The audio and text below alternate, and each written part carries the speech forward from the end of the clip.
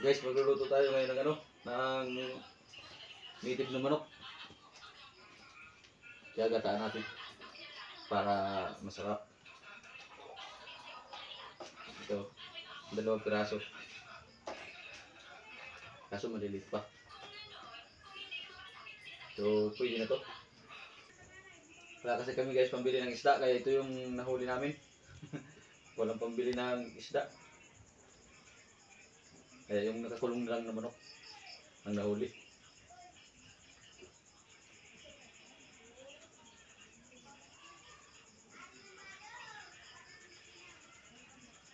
Yan o. Parang tikling. Parang tikling lang kalaki.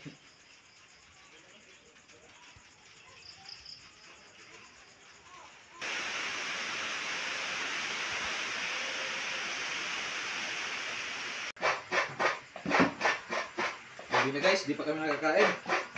Di pa na luluto yung, o di pa na asahin yung namin, ulam.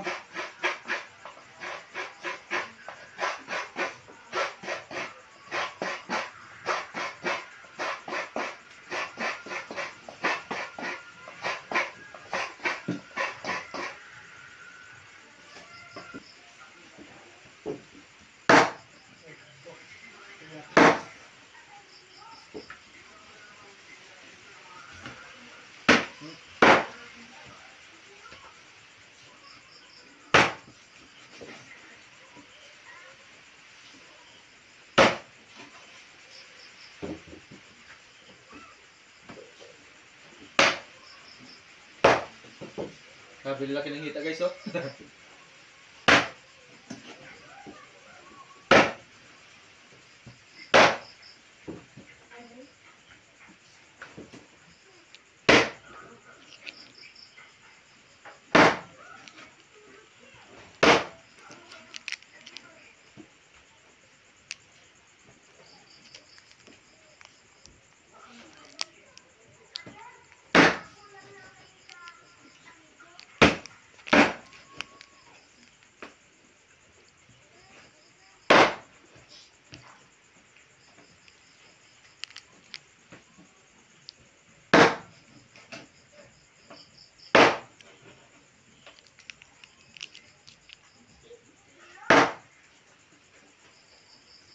Ito ang kinagandahan guys pag may mga alaga tayong manok.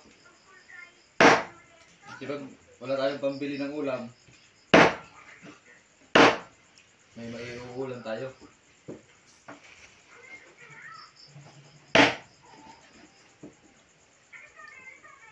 Tulad dito. Libre ulam na naman. Sarap.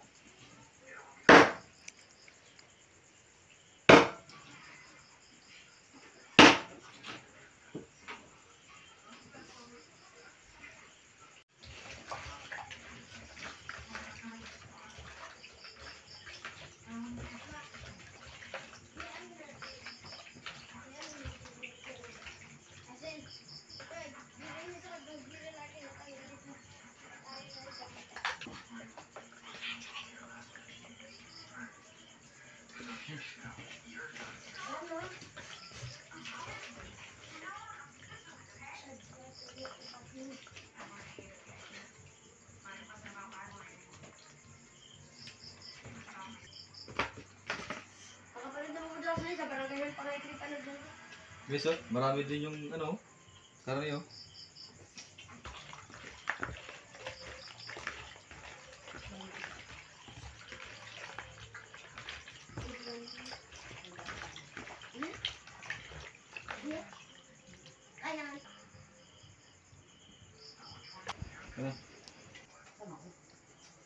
Guys, lalagay na natin to tanglad. Ito. Tapos lagyan na natin ng magic sarap.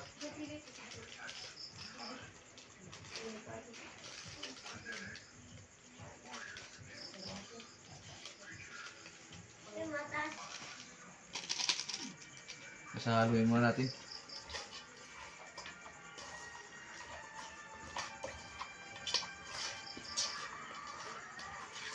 Hindi na natin to guys lalagyan ng ng sabaw kasi gata yung ilalagay natin.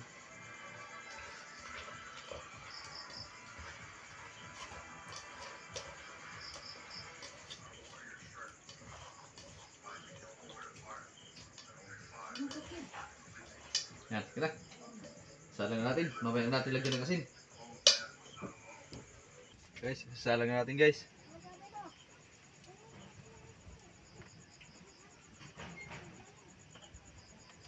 Okay.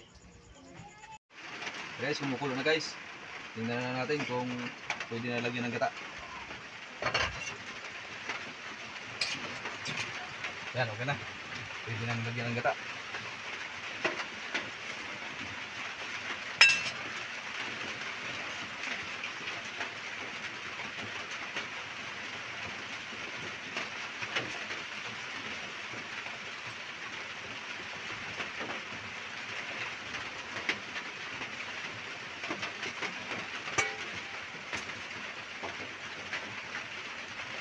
Ang sarap ito guys.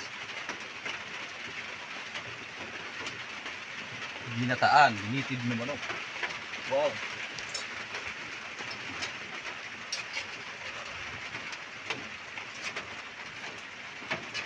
Mapapawaw ka talaga sa sarap nito. Mapapawaw na wow na wow. Tapos lagay na natin tong dahon ng sibuyas.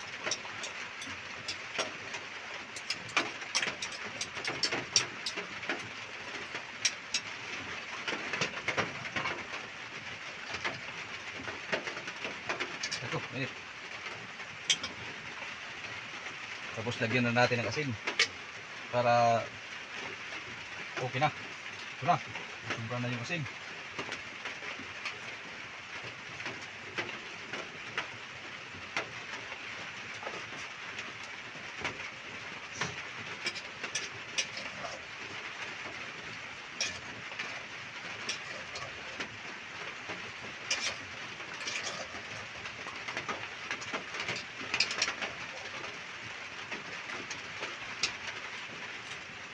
Takpan muna natin guys para maganda.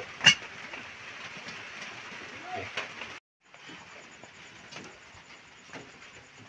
So guys, tingnan na natin kung luto na. Ito, guys, luto na guys.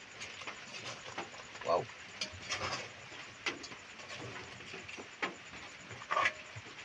Tingnan natin yung sabaw.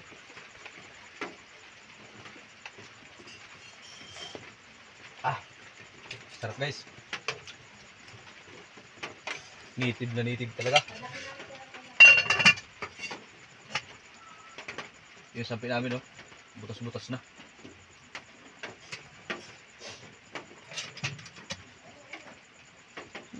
Tara guys.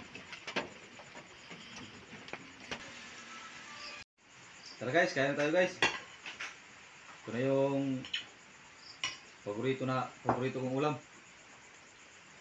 Ito guys, ito yung pinakamasarap sa lahat.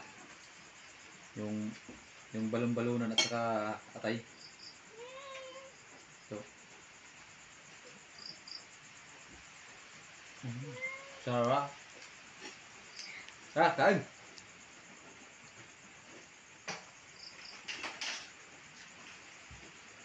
Ito. An iwas.